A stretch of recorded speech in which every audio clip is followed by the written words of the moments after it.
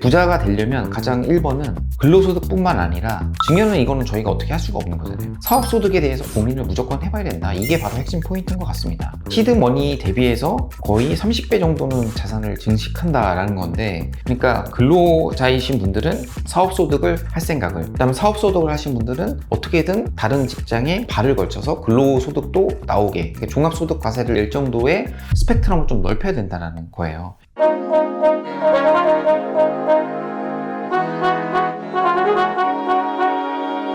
안녕하세요. 옆집 부자영의 댄입니다. 오늘은 게스트를 모시는 게 아닌 제가 직접 부자들을 연구하는 시간을 갖도록 하겠습니다. 오늘의 주제는 2023년 서울 부자 보고서입니다. 여태까지 KB은행이나 이런 데서 부자들에 대해서 되게 많은 자료들이 나왔었는데 서울 부자만 중점적으로 다루는 내용은 없었거든요. 그래서 이번에는 서울 부자들이 어떤 행동을 하고 어떻게 투자를 하고 어떻게 자산 증식을 하는지에 대해 알아보는 시간을 갖도록 하겠습니다. 저 데니에 대해서 간단하게 소개해드리면 엄브렐라 리서치라는 회사를 운영하고 있고 전직 펀드 매니저, 그다음에 애널리스트 경력이 있습니다. 애널리스트는 이제 4년 연속 베스트 애널리스트 한 경험이 있고 지금은 이제 부자들을 대상으로 리서치를 하는 업을 운영하고 있습니다. 그러면 2023년 서울 부자 보고서 시작해 보도록 하겠습니다. 이 자료는 작년 여름에 우리금융그룹에서 나온 자료고요. 제목은 서울 부자 보고서라고 되어 있습니다. 이 제목을 딱 보고서 저는 이걸 보시는 분들이 서울에 사시는 분들도 있겠지만 물론 지방에 사시는 분도 많을 거라고 생각을 하고 있어요. 서울에 있는 부자들이 어떻게 투자를 하는지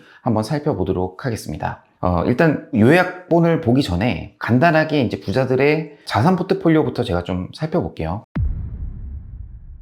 저희가 이제 흔히 부자라고 얘기하는 거는 총 자산이 한 67억. 그러니까 총 자산이라고 하는 거는 부동산 관련해서 레버리지를 일으켜서 부채가 있다면, 예를 들어서 은행에서 돈을 빌렸다고 하면은 그것까지 포함된 자산을 얘기합니다. 보통 저희가 순자산하고 좀 다른 개념이죠. 총 자산이 67억 정도 되고 있다. 이렇게 되고 순자산은 61억으로 되어 있다. 이렇게 되는 거는 결국 빚은 6억 정도밖에 없다라고 판단하시면 될 것 같습니다. 평균 부동산 자산 보유액은 42억 원 정도 되고 금융자산은 이제 22억 원 정도 되고 실물자산은 3억 정도. 이 실물자산이라고 하는 거는 뭐 금이나 은이나 뭐 이런 귀금속 같은 거를 말씀하는 거고요. 가상화폐는 이제 얼마 투자를 안 했다라는 걸 저희가 좀 알고 있어요. 그러니까 전반적으로 자산 구성의 비중은 금융자산이 36%, 부동산 59%인데 여기서 보면 저희가 알 수 있듯이 가장 높은 비중을 차지하는 게 결국 부동산입니다. 그래서 부자들은 부동산에 대해서 관심을 두지 않을 수 없다. 그렇다면 저희가 부동산에 대해서도 무조건 자산 증식의 하나로 저희가 인식하고 공부를 해야 된다. 이런 얘기를 하실 수가 있습니다. 자산별 현황을 좀 살펴보면은 총 자산별 구성에 따라서 좀 비중이 틀린데요. 극단적으로 이렇게 비교를 좀 해보면 총 100억 이상 가진 분일수록 부동산 자산의 비중이 좀 높았습니다. 그러니까 자산의 규모가 커질 때 부동산의 핵심 역할을 한다라고 이렇게 저희가 볼 수 있을 것 같고요. 그 다음에 금융자산의 포트폴리오를 좀 살펴보면 이제 금익성 상품이 51%의 과반이기 때문에 적극적인 자산 증식을 위해 투자 비중도 31%로 높다는 얘기입니다. 이 얘기는 뒤에서 다시 말씀드리겠지만 금융자산 중에서 저희가 황금성이 높은 자산들, 그러니까 뭐 예금이라든지 아니면 주식이라든지, 주식 같은 경우에는 매도를 하면은 T 플러스 2일, 거래일로부터 2일 후에 돈이 들어오거든요. 그렇기 때문에 현금하고 거의 비슷하다고 보시면 될 것 같고요. 안전자산의 과반을 이제 예금, 적금, 상품 이런 쪽으로 많이 보유하고 있다라는 걸 저희가 좀 알 수 있습니다. 그 다음으로 보면 서울 부자들의 이제 금융자산 구성을 다시 한번 살펴보면요. 일단 가장 많은 비중을 차지하는 거는 이제 예적금. 그러니까 금융자산을 봤을 때는 예적금에 많이 투자를 하고 있다 이렇게 보시면 될 것 같고, 그 다음에 주식이 18% 정도 보유하고 있으니까 전체 자산의 한 4분의 1 정도는 주식이나 이런 위험 상품에 투자를 하고 있구나 이렇게 생각을 하시면 될 것 같아요. 그 다음에 대중부유층의 금융자산 구성하고 비교를 좀 해보면 아무래도 이쪽이 이제 주식 같은 경우가 좀 더 비중이 높은 걸 좀 저희가 알 수 있습니다. 서울 부자들은 거주주택을 포함해서 총 3.3채의 부동산을 소유하고 있으며 부동산 자산 중에 거주는 주택이 가장 큰 비중을 차지한다라는 거죠. 부동산 자산을 어떻게 보유하고 있나 이제 저희가 좀 살펴볼 건데요. 여기에 보면 실거주용이겠죠. 보통 뭐 강남 부자를 선호한다고 뒤에 나와 있는데 이제 투자용 부동산은 37% 비중이,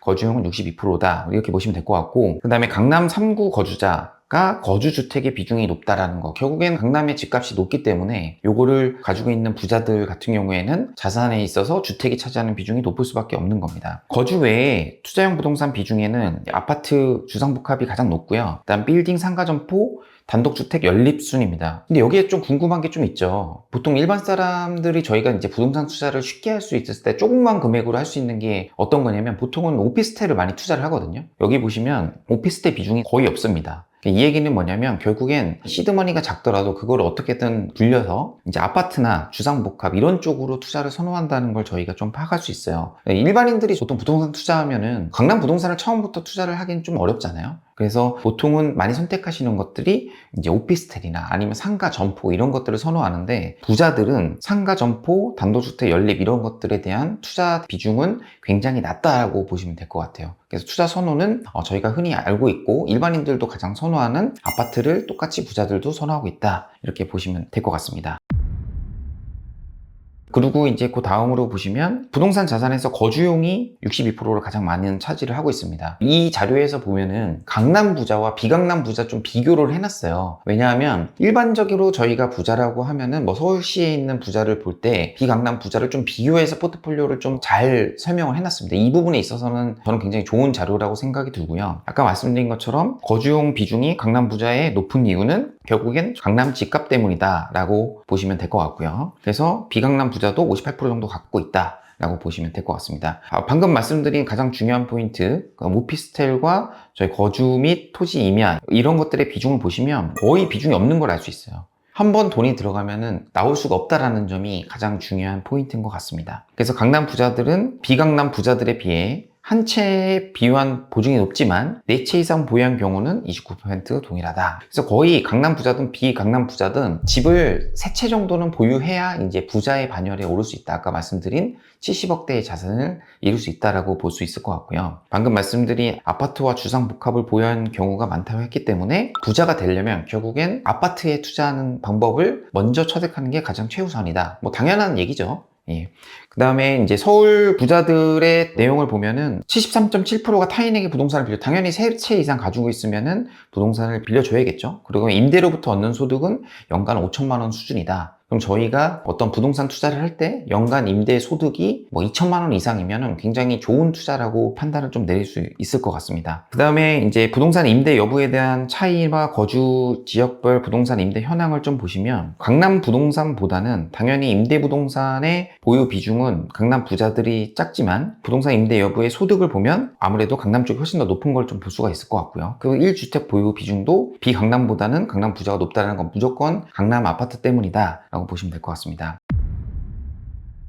그 다음에 서울 부자들의 99.3%가 자동차, 금을 비롯한 실물 자산을 보유하고 있다. 가상화폐를 보유한 경우는 9%에 불과하다. 저도 이제 어떤 자산가 분께 얘기를 들었는데 작년에 코인으로만 10억 시드를 만들고 그거 10억 시드로 전통자산 주식으로 옮겨와서 그걸 10배를 내신 23살짜리 분을 만나셨다고 하더라고요. 제가 그 얘기를 듣고 좀 엄청 깜짝 놀랐거든요. 그 얘기는 뭐냐면 저는 직접 그분을 뵙지 못했지만 얘기를 들었을 때 스마트하다고 생각했던 거는 코인이 초고 위험 자산이기 때문에 부자들이 이제 적게 가지고 있는 거 아니겠습니까? 그거를 본인이 한 일정 부분 10억까지 시드를 만들고 그거를 다시 전통자산이라고 할 수 있는 주식이나 뭐 부동산 쪽으로 포트폴리오 다변화되는 게 핵심이라고 생각을 하거든요. 그래서 그런 생각을 어렸을 때 스스로 했다는 것 자체가 부자의 DNA를 갖고 있지 않았나 이렇게 생각을 좀 해보고 있습니다. 다시 자료로 와서 보시면은 보유율은 자동차는 뭐 일반인들도 다 갖고 있는 거기 때문에 큰 의미는 없고요. 좀 눈에 띄는 거는 이제 회원권이 62%, 그러니까 골프를 다 치신다는 얘기죠. 그래서 골프 회원권이 있고 그 다음에 평균 금액은 비싼 차를 몰고 다닌다. 저희가 생각을 할 수 있을 것 같고 그 다음에 서울 부자는 전통적인 자산을 가장 선호하지만 자산 규모가 클수록 실물 자산으로의 투자 스펙트럼을 확장, 그러니까 회원권 같은 경우는 사실은 저도 회원권이 없지만 부자분들이 회원권 투자에 굉장히 관심이 많거든요. 왜냐면 본인이 회원권에 투자도 하고 본인이 골프도 치러 다니는데 거기에 회원도 돼서 편하게 골프도 칠 수 있기 때문에, 그러니까 결국엔 실물 자산 투자와 가치 평가 두 가지를 노릴 수 있는 그거를 이제 부자들이 선호한다라고 보시면 될 것 같습니다. 그 다음에 실물 자산 유형별 보유액과 평균 보유액을 좀 보면 아까 설명드린 내용인데 이제 일반인들이 좀 보유하기 힘든 회원권 같은 경우에는 뭐 싼 거는 2억부터 비싼 거는 뭐 50억까지 굉장히 스펙트럼이 넓거든요. 그래서 어느 정도 자산 사이즈가 되는 분들은 포트폴리오를 다변화한다는 게 핵심이라고 보시면 될 것 같아요. 그 다음에 서울 부자들의 34%만 대출을 받았고 그 중에 대부분이 부동산 담보대출. 그럼 이 얘기는 뭐냐? 결국엔 대출을 받는 거는 본인의 생활자금을 위해서 대출받는 게 아니라 투자를 위해서 대출을 받는다고 보시면 될 것 같아요. 그러니까 신용대출이 아닌 부동산 담보대출이 있다는 거는 투자를 위해서는 레버리지를 적극적으로 쓴다는 점이 가장 특징적인 것 같습니다. 다른 계층에 비해서 대출 보유율이 낮다라는 거는 너무 당연한 얘기죠. 더 중요한 얘기는 사실 다음에 나옵니다. 지금 자산 현황을 파악하는 이유는 어떻게 이분들이 시드머니를 모았고 어떤 자산으로 이렇게 유형별로 투자했는지 그거를 공부하기 위해서 하는 거고요. 그래서 이 부분은 좀 간단하게 넘어가도록 하겠습니다. 강남 부자들은 상대적으로 거주주택 담보대출을 많이 받고 비강남 부자들은 주택 외에 담보대출을 많이 활용한다. 결국 강남 아파트가 비싸기 때문에 이런 패턴이 나온다라고 좀 볼 수 있을 것 같아요. 여기서부터는 이제 부자들의 소득이 도대체 어디서 발생하며 소비 생활을 어떻게 하는지를 지켜보고 이제 분석함으로써 부자들의 투자 패턴, 그다음에 부자들의 포트폴리오 전략들을 저희가 알아보는 시간을 갖도록 하겠습니다.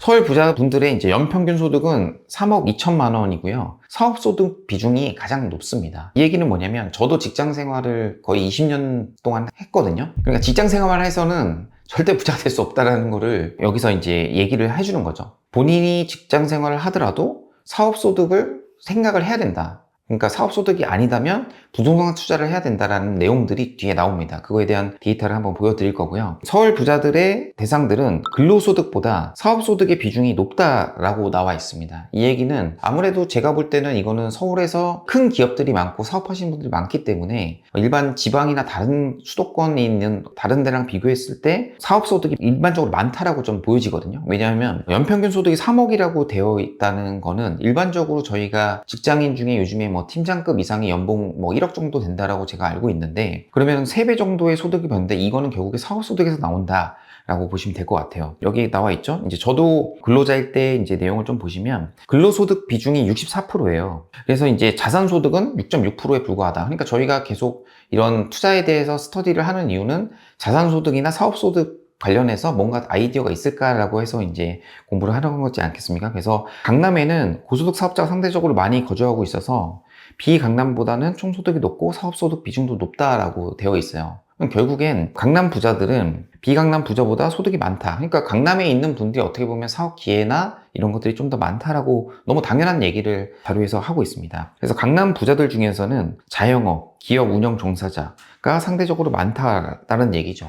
그래서 제가 아는 코스닥 상장사 대표님들이 대부분의 어디에 계시냐면 강남에 살고 계십니다. 그렇기 때문에 어느 정도 자영업, 여기서 말하는 자영업이라는 거는 예를 들어서 전문직 종사자인 요즘에 가장 인기 있는 직업인 의사분들의 자녀분들이 이제 보통 강남에 학군 때문에 계시잖아요. 그런 이유가 결국에는 여기에서 자영업이나 이런 네트워크를 가지고서 사업 기회를 좀 더 갖기 위함이 아닌가. 그거에 대한 프리미엄이 강남 집값에 녹아있는 게 아닌가 이렇게 생각을 좀 하고 있습니다. 그 다음으로는 서울 부자들의 연소득은 79%가량의 2억 5천만 원을 씁니다. 그러니까 부자들이 어디에 쓰는지도 굉장히 중요한 포인트거든요. 이 지출액 중에서 소비성 항목이 가장 높다는데 그 내용을 한번 살펴보도록 하겠습니다. 일단 부자들도 저축을 합니다. 보통 전체 지출을 주중에 저축을 30% 한다는 걸 저희가 알 수 있고요. 그 다음에 지출은 비소비성 지출과 소비성 지출 이 두 가지로 나뉩니다. 그래서 아무래도 비소비성 지출은 저축을 의미하는 것 같고요. 다만 평균 지출액으로 보면 저축성 지출액이 가장 많다라는 거. 그 다음 소비성 지출액은 생각보다 금액이 작다라는 얘기죠. 그러면 의외로 이거는 어떤 걸 의미하는 거냐면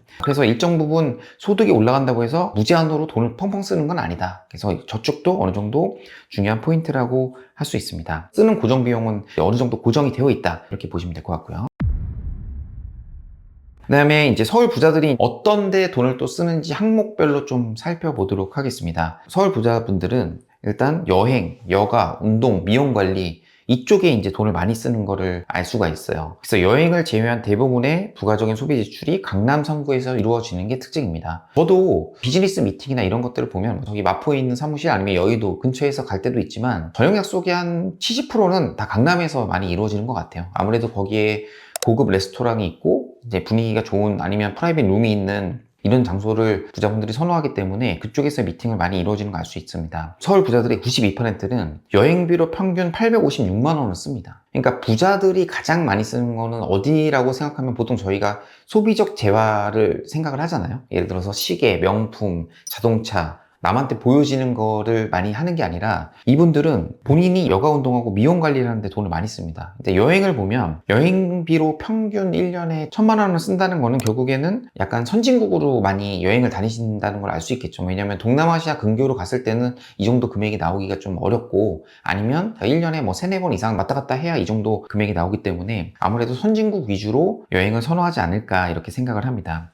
여기서 좀 중요한 포인트가 하나 있는데, 본인의 학위나 손자녀 교육, 유학비를 지출한 경우가 42%로 인당 소비액이 2,100만 원으로 가장 많았습니다. 이 얘기는 뭐냐면 부자들은 손자의 교육이나 유학비에 아끼지 않는다는 거죠. 인당 2천만 원을 1년에 쓸 정도로 굉장히 호의적이다. 그럼 이 얘기는 뭐냐면 부자들은 결국 자녀 교육에 더 관심이 많이 있고 그쪽에 돈을 많이 쓴다라고 보시면 될 것 같아요. 그 다음에 좀 중요한 포인트는 부가적인 소비 활동은 주로 강남 3구에서 이루어지는 경향이 있다. 이 얘기는 뭐냐면 결국 부자들을 대상으로 하는 비즈니스 있지 않습니까? 요거를 보시는 분들 중에서 요식업이나 이런 것들을 하는 분들이나 아니면 고급 레스토랑을 운영할 분들은 뭐 임대료가 부담이긴 하겠지만 그래도 부자를 대상으로 내가 비싼 가격에 음식값을 받고 싶다라고 하면 결국 강남 3구에서 가야 이쪽에서 부자들이 돈을 쓴다라고 알 수 있는 것 같아요. 그래서 저희가 자영업을 하더라도 강남에서 시작하고 강남에서 하는 이유가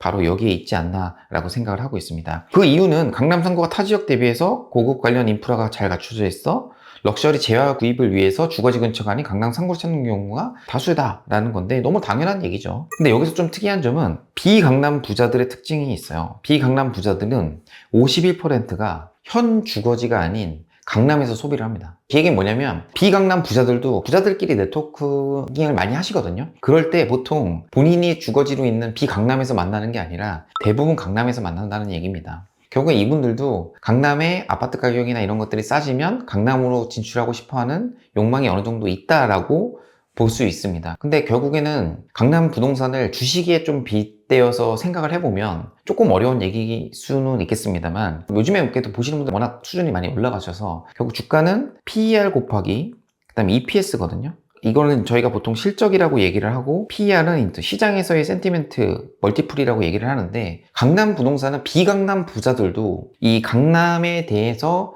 외식을 여기서 할 정도로 여기서 기회를 찾을 정도로 네트워크를 이쪽에서 많이 하고 있다는 거는 결국엔 부동산의 본질 가치를 보기보다는 여기서 PER이 굉장히 높다는 걸 알 수가 있습니다. 그래서 지금 보면은 부동산 같은 경우도 제일 강남 부동산이 오를 때 제일 많이 오르고 빠질 때 덜 빠지는 이유가 이런 잠재적인 수요가 있기 때문이 아닌가. 결국 비강남 부자들도 강남 부동산을 선호하고 이쪽에서의 생활을 많이 영위하고 있다는 걸 저희가 판단을 할 수가 있습니다. 그 내용들이 바로 여기 적혀 있네요. 강남 부자와 비강남 부자는 소비 지출이 주거지 비중을 넘어져서 대부분의 소비가 강남에서 이루어진다. 그래서 이제 레스토랑이나 사업을 하시는 경우에는 강남이 선호할 수밖에 없다. 라는 거죠. 그래서 어느 정도 매출액 규모가 되고 비강남권에서 사업을 일구신 분들이 다 강남으로 진출하는 데는 이런 이유가 있지 않을까 생각이 듭니다. 부자들이 가장 선호하는 여행지는 아까 제가 말씀드린 것처럼 유럽으로 가니까 1년에 800만 원씩, 1000만 원씩 쓰는 거죠. 그 다음에 국내 여행도 좋아하고 호주, 사이판, 하와이 이런 데처럼 선진국을 많이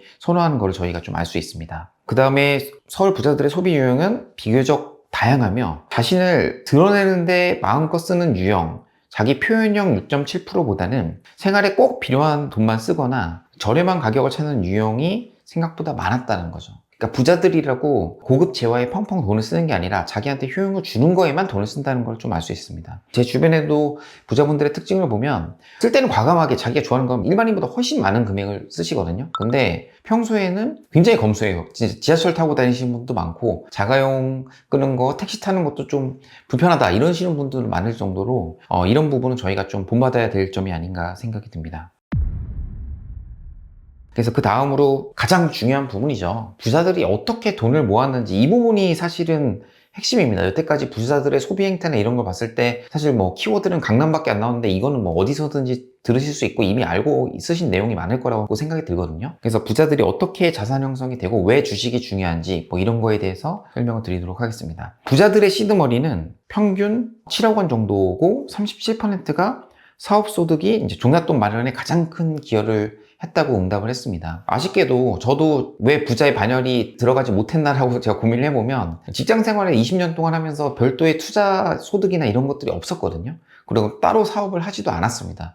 뭐 예를 들어서 요즘에 엔너잡이라고 하고 있는데 여러 사업들을 하시잖아요. 별도로 투잡, 쓰리잡을 많이 하시는데 저희 때는 사실은 직장 생활만 하고 그냥 끝냈던 적이 많았거든요. 결국 부자의 반열에 오르기 위해서는 시드머니가 제일 중요하다라는 부분인데 좀 시드머니가 좀 크죠. 사실 7억이면 이게 일반인들이 접근할 수 없는 돈이거든요. 직장 생활해가지고 시드머니 7억을 만든다? 이거는 좀 어렵기 때문에 과연 어떻게 만들었나 한번 생각을 해보겠습니다. 그래서 서울 부자들의 미처는 시드머니와 비교해 현재는 33.1배 수준으로 자산을 증식. 그러니까 시드머니 대비해서 거의 30배 정도는 자산을 증식한다라는 건데 이거는 좀 어떻게 했을까 좀 궁금하네요. 시드머니의 가장 중요한 원천은 아까 초기에 말씀드린 사업소득이 가장 중요하다. 그 다음에 근로소득과 상속 증여받은 자산. 여기서 이제 저처럼 아무것도 못 받고 이렇게 한 사람들은 흑이라고 하죠. 그러면 이 세 가지, 저희가 보통 사업, 근로, 증여, 성장사다리 이 세 개 중에서는 일반인들 기준으로 저도 마찬가지고요.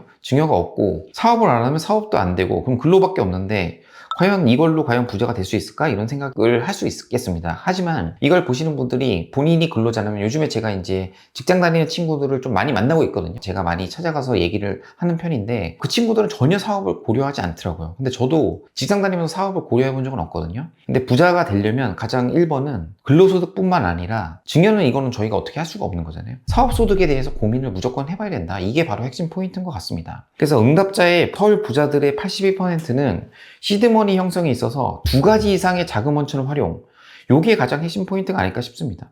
저도 이 생각을 못했기 때문에 부자가 쉽게 될 수 없었다라고 저는 생각을 하거든요. 그러니까 근로자이신 분들은 사업소득을 할 생각을, 그다음에 사업소득을 하신 분들은 어떻게든 다른 직장에 어떤 발을 걸쳐서 근로소득도 나오게, 그러니까 종합소득 과세를 일정도의 스펙트럼을 좀 넓혀야 된다는 거예요. 그래서 이거를 지금 보시는 분들도 어느 정도 부자가 되고 싶어서 하시는 분들인데 이 내용이 가장 핵심이라고 볼 수 있습니다. 결국 한 가지만 하지 않았다는 거죠. 그래서 부자들은 본업소득 외에 반드시 부가적으로 시드머니 확보에 기여를 한 거는 이제 증여와 부동산 투자.